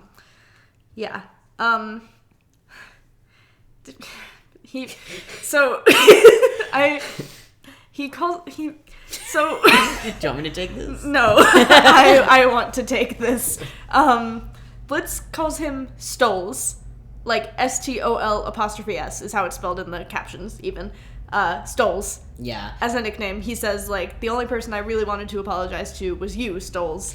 And it's so genuine. It's so genuine. And he says it so, not casually, like, you know, he's being serious here. But the way he drops the nickname, and, like, Stolas doesn't react to this nickname. Yeah. So, which makes me think... It's not new. It's not new. He's used it before, unless Stolas is so inebriated that he did not realize. Yeah. Which, honestly, I don't know, I'm trying to think, maybe I'm just crazy, but did we notice this nickname the first time we watched? Because I did. Okay. I don't remember if I probably did. I think I just forgot because I watched it when it first came out and then I didn't watch it again until we took the notes. So I probably just forgot. But I feel insane about it. Because what the fuck is Stoles? I wrote in, like, huge words in our notebook. I took up, like, 5 different lines writing. Stoles, are you fucking kidding me? What the fuck is this gay shit? Yeah. And it's interesting, too, because, again, that's intimacy there. That's, like, because we've heard Blitzy a million times. Yeah. But the fact that he has a nickname back is really important information and changes so much. And we'll get into that even more when we get to the Veroska conversation. But he does, to an extent, get intimate with these people, or at least with Stolas and Veroska. And then he leaves. When shit gets serious. Yeah. Which he says verbatim, I believe, earlier in this episode.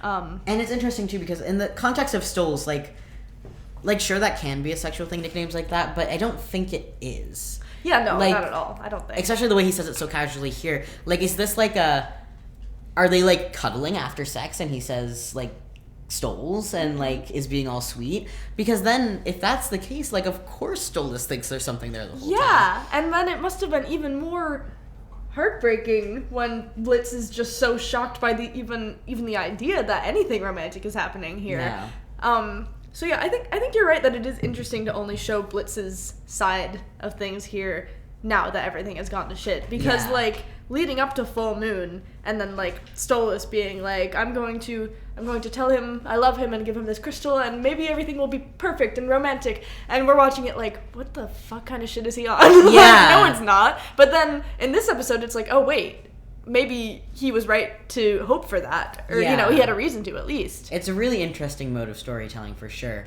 Do you want to vamp while I go check on our dog? Our dog. Our dog sitting dog. Yes, I will. Let me move on. Then Stolas is talking about his sort of like ideal romantic situation, and he says he wants someone to be like, oh, Harriet, don't get on that train to London, little daydream. And Blitz is like, oh, that's a rom-com, Stolas, that's not real.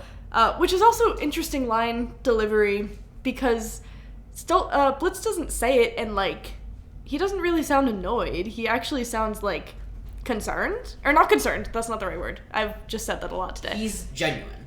He's serious about it. Yeah, it sounds like he's trying to, like, you know, lower Stolas' expectations to save him from being hurt, where he's like, Stolas, that's a rom-com, you know? Or I also could read it as, like, again, with this gay shit, you know, like, Stolas, that's a rom-com. Yeah. But then also, I think it would be so funny if the whole Harriet, don't get on that train thing is foreshadowing. Yeah. And, like, fucking season 4 when the show is about to fucking end, which I can't imagine, but, like, Stolas is getting on a train to the Lust Ring or some shit, and Blitz is like, Harriet, Stolas, don't get on that train. I could see this being really specific foreshadowing, and we know that this show loves to do really specific foreshadowing. Oh, yeah. So, you know, it could be nothing, but I think it'd be very funny. Yeah. Anyway, next line is totally normal. I just want someone to care if I stay or go. I want someone to want me. Head in hands. Head in hands. Is I wrote. Speaking of hands, Blitz's hands like fidget nervously in his lap when Stolas says that line. Like it pans over from Stolas to Blitz's hands fidgeting, which is like, he does care. He does want you. Yeah, but he can't say it. And you know, that isn't like, they've been out of the situationship for so long. Yeah. That is really important for him to be able to say that. And Stolas is right for that. Mm-hmm. But also Blitz is right for not feeling like he actually cares about him because of the class divide and how shitty he is about it. Yeah. And then Stolas goes on to say, I want someone to look at me and think you're the only one I want. And as he says that, Blitz looks at him, physically looks over at him, but Stolas doesn't see that. Yeah. Which that's it. That's the relationship. And then Blitz goes to put a hand on him. But he doesn't end up doing it. And he very much, like, he goes up, he goes down, he goes up, he goes down. And then he holds it over his back for a minute. Like, he's about to do it, and then Stolas moves. Yeah, and he poses. So I really want to know, like, if he had just been frozen in that moment forever, how long would it have taken Blitz to commit to it and do it? Yeah. Would he have ever committed to it? I don't know. Like, I bet he just, like, taps him and then takes it back. Yeah. Duck, duck, goose, you're it. Yeah. And then also in the music in the background of that, is this Veronica singing? It's like the music playing at the party, so it might be one of her songs, but yeah, I noticed this as I was rewatching this scene last night during these notes. The music sings, I don't know if this is exactly it, but it says, like, don't touch that pretty thing, are the lyrics at this part, which is so fucked up. Blitz hearing this in the background, like, oh no, I shouldn't touch him, oh god. Oh shit, yeah. Fuck. Wait, the universe says. I don't think he's pretty, yes I do, no, that's gay. True. Stolas wipes his tears away after this and composes himself so quickly. Yeah, like, so fast. So, like, and, like, takes a deep breath, done just like when he's a kid and he's so excited. And then his little nanny says, remember, excitement is unbecoming of a young Goetia, and he goes, right. Takes a deep breath. Yeah. This is, like, the way he composes himself here is done with, like, expert level precision of someone who has spent his whole life composing himself and dismissing his own feelings and burying his own feelings and as Stolas is, like, wiping his tears away and composing himself, Blitz, like, looks at him so sadly, like he recognizes something there, and Blitz opens his mouth to say something, and then the guy appears, the guy who wants to fuck him. And no, it's like Stolas knows that there's something there. Stolas was, like, listening to what Blitz was saying. But then the fact... It's interesting because, like, he asked him for, like, permission, basically. Stolas does. Yeah. But then Blitz also lets him go. Yeah, when the guy asks Stolas to dance. Yeah. Yeah. Which he obviously doesn't want to do. Yeah, it's the fact that it's similar to, like, at the start of this scene when Stolas, instead of pushing Blitz away, he, like, takes him over to talk to him. Yeah. Like, he absolutely does not need to do that. He's at the anti-Blitzo party. He does not need to listen to Blitz, you know? Yeah. But he, like, pulls him aside to talk to him. And now here, a guy is asking Stolas to dance, and Stolas looks to Blitz, which he does not have to do. Yeah. But there's a loyalty to it. There's a loyalty. And the way that Blitz, like, takes a deep breath and then nods, and it's so, like, resolved. He also does the hand that Crimson does, the, like, go ahead. Yeah, like, get which out is my crazy. face. Yeah.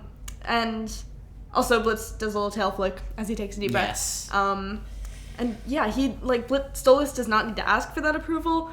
Blitz doesn't need to give that approval. Yeah. You know, his approval doesn't have to mean anything, but Stolas still asks for it and Blitz still gives it, and that feels so both, like, caring, like, mutually caring, maybe in, like, a, you know, not the healthiest way considering they're broken up here, but, like, they both care for each other here, and that feels clear, and this also really solidifies the breakup, I think.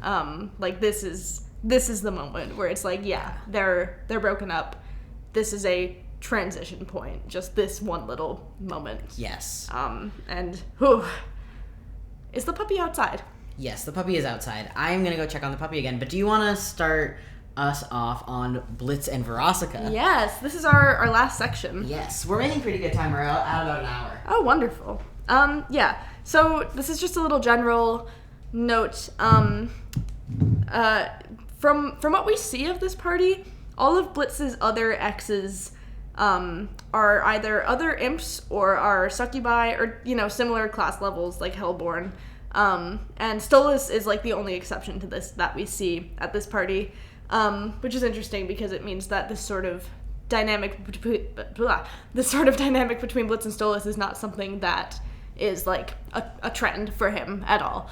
And even Veronica stands out because she's a celebrity. And then going back into what we were saying earlier about the nickname Stoles, Blitz in this scene calls Veronica Ver. Yeah, which is crazy. Crazy, because he has a nickname for her, he has a nickname for Stolas, so he does, to an extent, get intimate and close with the people he dates, or at least these two specific people. Yeah. Other than Blitzy, do they have nicknames for him? Because Blitzy is like, I don't know, it's interesting. It's interesting, sorry, but it is, because Stolas kind of like flaunts it, uses it as a way to flaunt it, especially in like Harvest Moon, where he's like, my darling Blitzy, you know? I could so see Veronica calling him B. Yeah. But Millie calls him B, so maybe that's what I'm thinking of. Yeah. No, I could see it, though.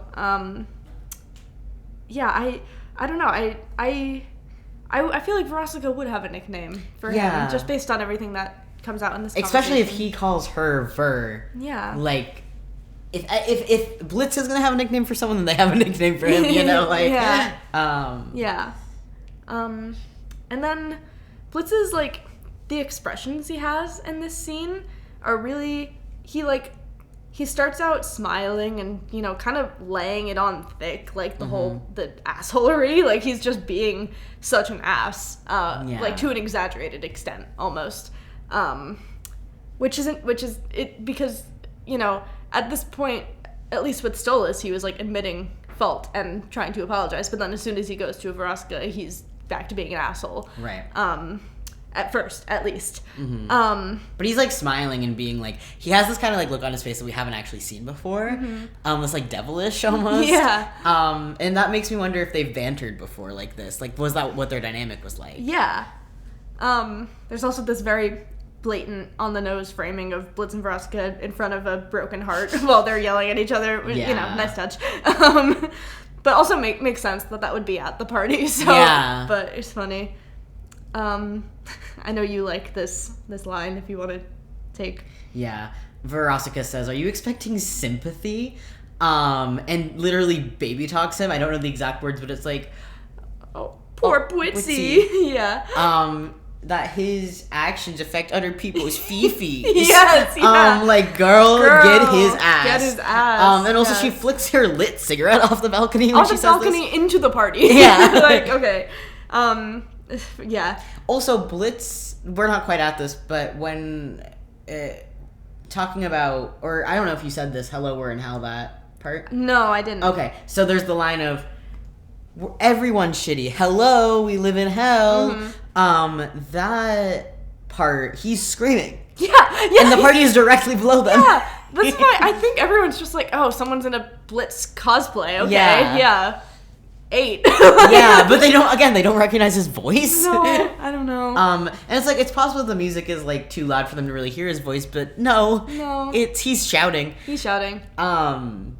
And then this kind of goes on to the like Stolas is obviously not okay with him being here, but like, you know, is talking to him and stuff, and like that makes sense. Like, everything's going on. Yeah. But Veronica, I think there's a point in their conversation that Veronica realizes that Blitz 100% belongs at the I Hate Blitzo party. Yes, I did include that later, but yeah. Yeah. So, and I think that's why she's okay with it. Like, at first she's all cagey about it, and then like they get talking, and she's like, yeah. Okay. Yeah. You need this too. Yeah. Because that's the whole thing, is everyone that comes, it's for healing. And she's like, oh, you need this for your healing in a weird, different way. Yeah. And the fact that she's able to recognize that, maybe not like in words, and then like continue with their conversation is like. Yeah. Yeah. Yeah. Sort of a little bit before that, going back, Veronica says that it was hard for her to be vulnerable for once, implying that she also has issues with vulnerability and intimacy, but she was able to work past that to tell Blitz that she loved him, and then it blew up in her face because he wasn't able to work past it for her. Yeah. And that sucks. Yeah, that really horrible. Sucks. I wonder how many people he's done that to. Yeah. But no, he always also, like, he has so much hate for Veronica and Stolas. Yeah. And that makes me think that he has so much love for them. Yeah. Because these other people, he doesn't know most of them. Like, he doesn't know who these people are that he's fucked over. Even though they care about him enough to come to this party every year. So, it makes me think that Stolas and Veronica are an exception. Like, they're particularly special. Yeah. Especially because he also doesn't hates them more. And that, you know, that's just the cover of the emotion, I feel. Yeah. And yeah, he, as, you know, Veroska's, like, telling her side of the story and, like, calling out his bullshit, Blitz kind of just, like, slides down to the ground and looks so defeated. And this is where she's the one now, like, smiling, and she looks, like, happy that he's, you know, upset. But it also could be, like... Sorry, go ahead. It's just sort of, again, like, this kind of feels like how they used to be with each other, this, like, arguing and bantering back and forth. But then also, I think it is part of her realizing, like, oh, yeah, he is getting something out of this. Yeah. Like, oh, I'm helping. This is, he's processing his shit. Yeah, she's like, I'm gonna dig my heels in more. Yeah, exactly. But, yeah, for everyone's benefit. Yeah. And then Blitz says, I don't want to be this way. Not forever. Which that line fucks with me. Because I don't want to be this way. First of all, admitting that he's wrong, that things need to change. Huge for this man. Yeah. But then the not forever. Yeah. Means, or not means, but implies that he did want to be this way at one point. And that makes me think, like, for his own self-preservation, for the protection, for feeling safe. Yeah. But he's willing to go past that now. He's willing to work on it. I think the way I read it is similar, but not that he, like, did want to be this way, but just that he doesn't know how to not be this way. Yeah. And it's more like... I guess what I meant, not, like, wanted to, but, like, didn't want to change because that would affect his sense of safety. Yeah. And, like, even now, like, he knows that he needs to change, but he's maybe still not ready to make that happen. Yeah, but he's aware of it now. Yeah. Which is big. Yeah. And then, again, Veroska realizes that nobody belongs at the I Hate Blitzo party more than Blitz himself. And as she leaves him, she gives him a slice of cake that has, like, an anatomic heart on it. Yeah. Which is, again, kind of on the nose. Very symbolic, especially because Blitz leaves it behind without eating it. Bro is still not in touch with his emotions and able to say how he really feels and admit that he cares about people. Or eat his anatomic heart. Yeah. Eat your anatomic heart out, Blitzo Buxo. Why you dead named him on the podcast? Because it's funny. And then Blitz is, like, looking at Stolas dancing with the other guy, and the music in the background, like, the lyrics say, "Baby, I'm not over it, but I'm over you," which that's gotta hurt. Yeah. I think the placement of the music and the lyrics in this it's very subtle but very well done. Like, it all feels deliberate. Yeah. Especially in these moments where, you know, there's no dialogue happening. We just get to hear the music and see what's happening, and that's fun. And before we move into Wally. I'm reading it as Wally, and that's what's fucking me up. Yeah. Wally Wackford.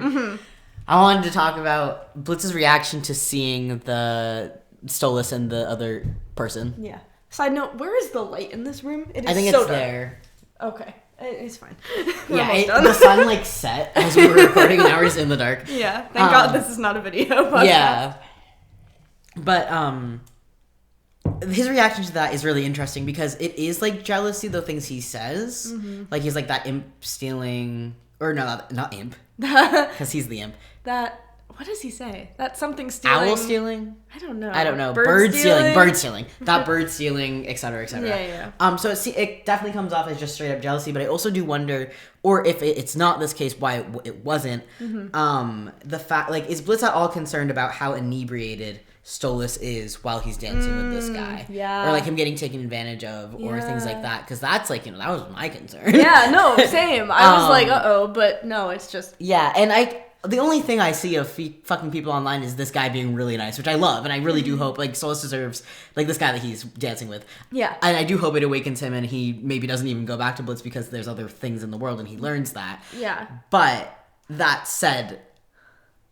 I actually do think there has been some people with negative feelings towards him. Okay, I haven't seen it. I don't know if I haven't seen it personally, so I don't know if it was in the same, like, critical way of, like, uh-oh, I hope he doesn't take advantage of him. It might have just been like, no, you're getting in the way of my gay ship by being another gay guy. But, no, I saw a post where someone was like, why y'all hate him so much? All he did was be nice. Yeah, no, literally. So yeah, but I'm with you. I was also like, uh-oh, like, is this gonna be something? But I don't think that's the implication. I don't think it's the implication. I don't even know that there is an implication. Yeah, I think it's literally, like Veroska said, hope he gets laid. Yeah, hope he gets laid. I'm just surprised that Blitz wasn't feeling it. And it is possible because he got mad. Yeah. Like growling Yeah. and shit. So it is possible that was like in his mind and he just didn't say it. But I don't know, because there is so much concern about his inebriation, and then he just lets him go. Yeah, I think he just leaves. I think that's also important though, because like it's not his responsibility. No, that is true. That is true.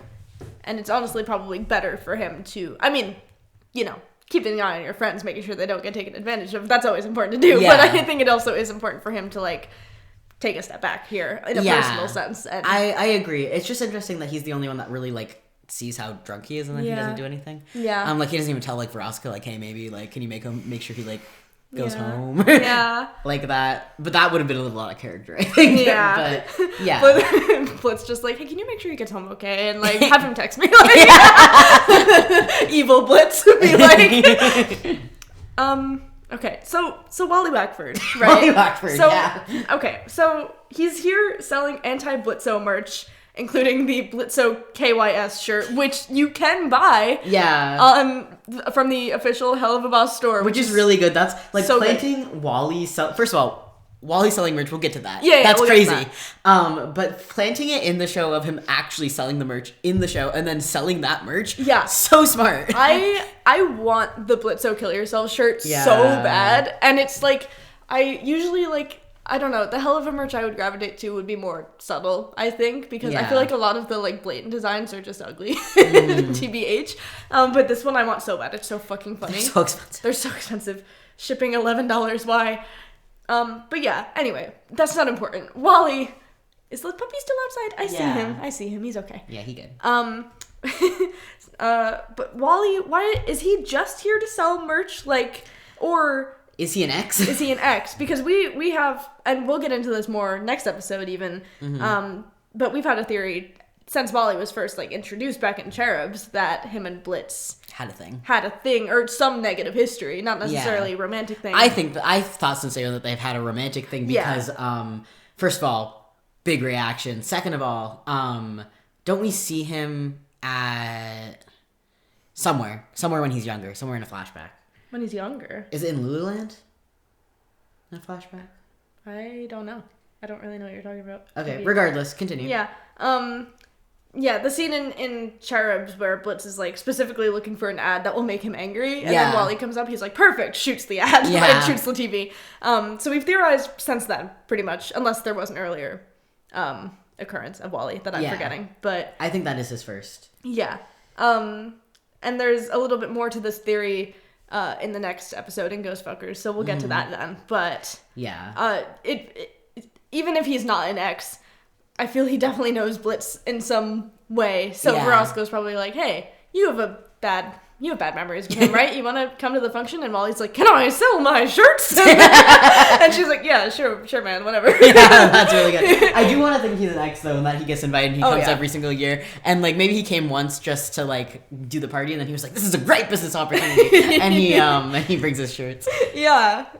I think he's an ex. Or, well, okay, we'll get into this in Ghost Fuckers, but we sort of accidentally came onto this joke theory of Wally being a babysitter for Luna. Yeah. Because we'll get into it then. We'll get into it then. Basically, there's a conversation that's so intimate and genuine between them. Yeah, where he's like, hey, so how are you guys? Like, and we were kind of joking about like that was because we don't know who Luna's babysitter was, and also having a babysitter at 17 is crazy. Yeah. So we were thinking like, oh, if he was like with Blitz and he was just already at their apartment, you know, or the other way around, if Blitz, because Wally's like a businessman, you know, so Blitz is like looking for a babysitter, and Wally comes into his radar, and then him and Wally hit it off. Yeah. And then they break up and he gets fired. Yeah. So yeah, we'll talk more about that in Ghost Fuckers, because we'll quote it and things. Yeah. I wanted to mention it at least here, because if like the next episode drops and they're like, hey, by the way, Wally Wackford was Luna's babysitter. We said it first. Like, fuck! We said it first. We were here first. Yeah.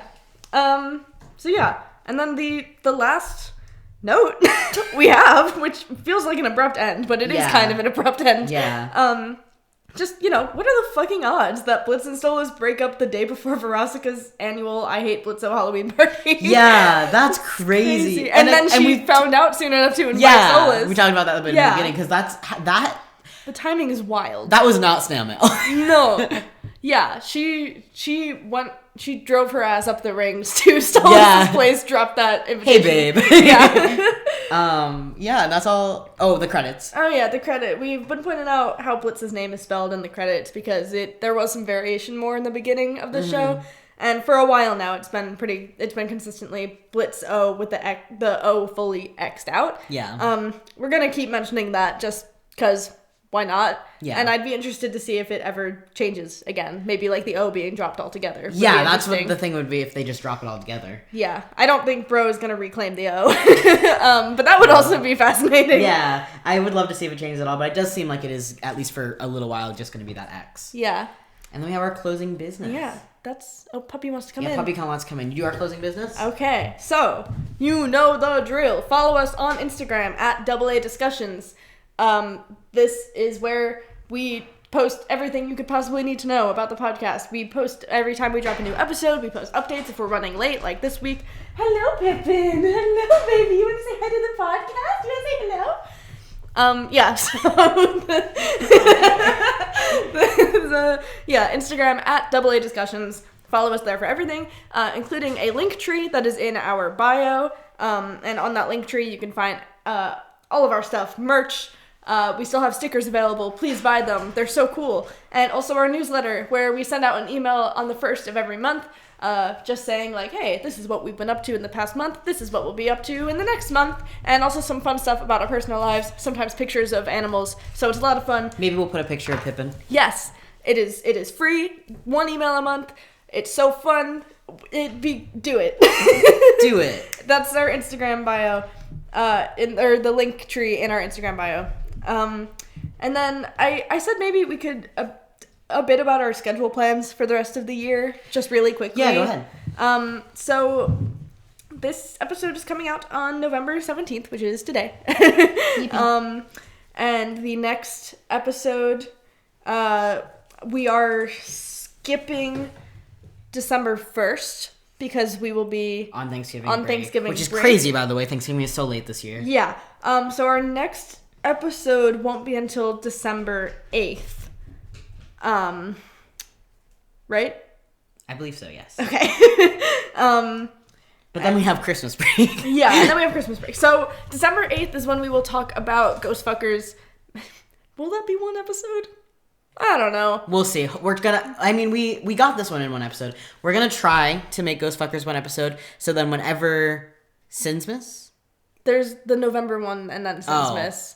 So, yeah, we're going to try to get them all done by the end of the year. Yeah, we want to finish season 2 of this podcast and of the show by the end of the year, because season 2 of the show is also going to be done by the end of the year. Yeah. So we'll keep you up to date. Again, follow the Instagram. Follow the Instagram. That is the best way to know what's happening. You also can turn notifications on for Spotify, but I feel like they're always like a day or two late.